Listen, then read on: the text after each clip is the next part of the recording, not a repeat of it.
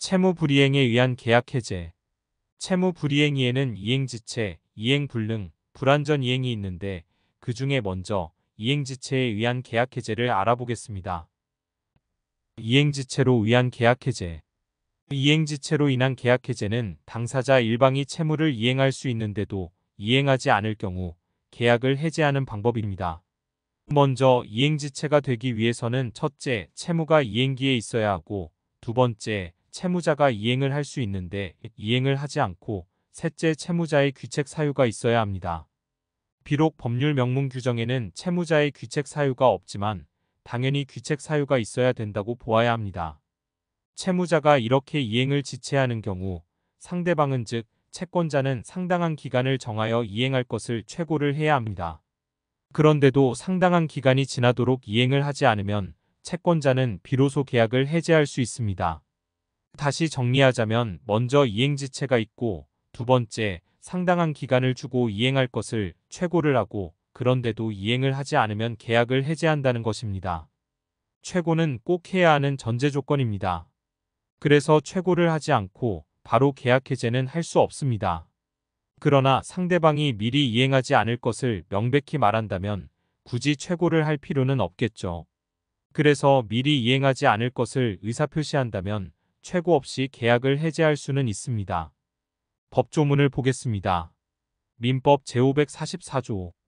당사자 일방이 그 채무를 이행하지 아니하는 때에는 상대방은 상당한 기간을 정하여 그 이행을 최고하고 그 기간 내에 이행하지 아니한 때에는 계약을 해제할 수 있다.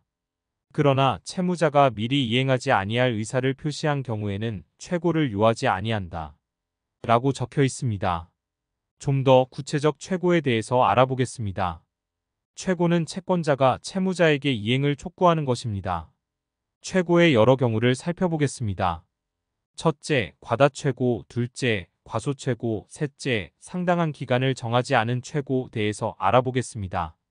먼저 과다최고한 경우는 다시 말해 지나친 금액으로 최고를 한다면 이것은 잘못된 것이기 때문에 이것을 이행하지 않는다고 계약을 해제할 수는 없습니다. 과다최고에 대한 선지를 보겠습니다. 매수인이 중도금 지급 채무를 불이행하여 매도인이 그 이행을 최고한 경우 그 최고가 약정한 금액보다 현저히 과다하고 청구한 금액을 제공하지 않으면 그것을 수령하지 않을 것이라는 매도인의 의사가 분명하다면 위와 같은 최고의 터잡은 매도인의 계약 해제는 효력이 없다. 옳은 선지입니다. 그럼 반대로 한 과소최고한 경우는 어떨까요? 이것은 최고 범위 내에서는 유효하므로 범위 내에서 채무자가 이행하지 않으면 채권자의 해제는 정당합니다. 다시 정리해 과다최고는 최고 자체의 문제로 해제할 수 없고 과소최고는 해제할 수 있다고 보면 됩니다. 마지막으로 최고의 상당 기간을 명확히 밝히지 않았더라도 유효한 최고가 될까요? 정답은 상당 기간을 명확히 하지 않았다고 하더라도 최고 후 일정 기간이 지나면 최고의 상당 기간을 준 것으로 보고 해제권은 정당하게 발생합니다. 상당 기간 선지를 보겠습니다. 이행지체를 이유로 계약을 해제함에 있어서 그 전제 요건인 이행의 최고는 반드시 미리 일정 기간을 명시하여 최고하여야 하는 것은 아니며 최고한 때로부터 상당한 기간이 경과하면 해제권이 발생한다. 옳은 선지입니다. 다음으로 최고가 필요 없는 경우를 보도록 하겠습니다. 크게 두 가지로 나눌 수 있습니다. 하나는 명백한 이행거절이고 다른 하나는 정기행위입니다. 이미 앞에서 명확한 거절의 경우를 보았는데 좀 더 상세히 알아보겠습니다. 채무자가 명백히 이행거절을 한다면 다른 일방은 최고나 이행 제공 없이 계약을 해제할 수 있습니다. 즉 명백한 이행거절의 효과는 채권자는 하나, 최고할 필요가 없고 둘, 이행 제공도 할 필요가 없고 셋, 이행기 전이라도 바로 계약을 해제할 수 있습니다. 그럼 명백한 이행거절은 꼭 문서해야 하나요? 아닙니다. 묵시적 이행거절도 가능합니다. 그러나 그 상황을 종합적으로 정황상 분명하게 인정되어야 합니다. 선지 보겠습니다. 채무 불이행에 의한 계약 해제에 있어 미리 이행하지 아니할 의사를 표시한 경우로서 이른바 이행거절로 인한 계약 해제의 경우에는 상대방의 최고 및 동시 이행 관계에 있는 자기 채무의 이행 제공을 요하지 아니하여 이행지체 시의 계약 해제와 비교할 때 계약 해제의 요건이 완화되어 있는 바 명시적으로 이행거절 의사를 표명하는 경우 외에 계약 당시나 계약 후에 여러 사정을 종합하여 묵시적 이행거절 의사를 인정하기 위하여는 그 거절 의사가 정황상 분명하게 인정되어야 한다. 옳은 선지입니다. 다음으로 최고가 필요 없는 두 번째, 정기행위를 알아보겠습니다. 정기행위란 생일날 꽃배달처럼 일정한 기간 내에 이행하지 않으면 채권자가 계약의 목적을 달성할 수 없는 계약을 말합니다. 생일날 이행하지 않으면 꽃배달은 아무런 의미가 없겠죠.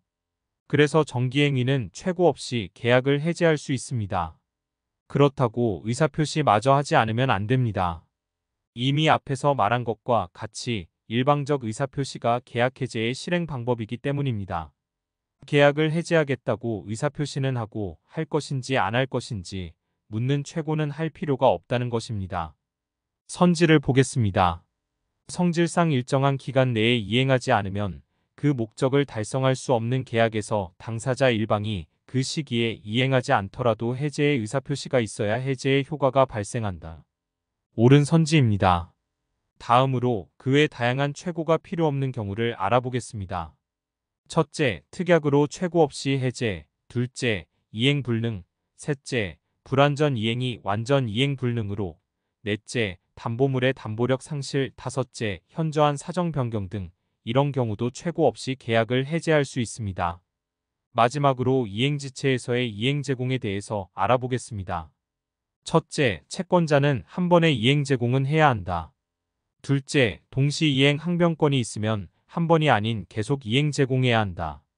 셋째, 이행 제공의 정도는 합리적 이행 준비면 족하다.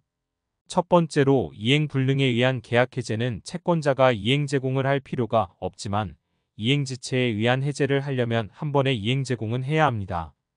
그렇게 해야 채무자가 이행 지체에 빠지게 됩니다. 채권자가 이행 제공을 했는데도 채무자가 이행하지 않았다는 이행 지체에 빠지게 되는 것이죠. 선지를 보겠습니다.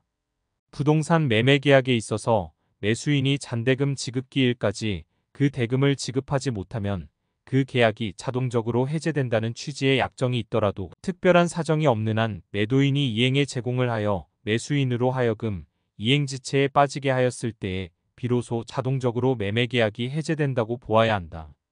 둘째, 동시 이행 항변권이 있는 경우에는 계속적 이행 제공을 해야 한다입니다.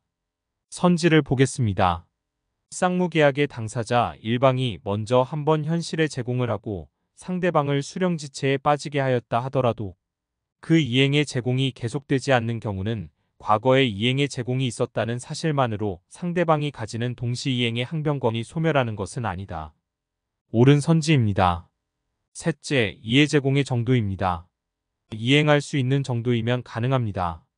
선지를 보겠습니다. 일방 당사자가 하여야 할 제공의 정도는 그 시기와 구체적인 상황에 따라 신의성실의 원칙에 어긋나지 않게 합리적으로 정하여야 한다. 따라서 매수인이 잔대금의 지급 준비가 되어 있지 아니하여 소유권 이전 등기 서류를 수령할 준비를 안 한 경우에도 그 상응한 이행의 준비를 하면 족하다. 옳은 선지입니다. 다음 시간에는 이행 불능으로 인한 해제권을 보도록 하겠습니다. 감사합니다.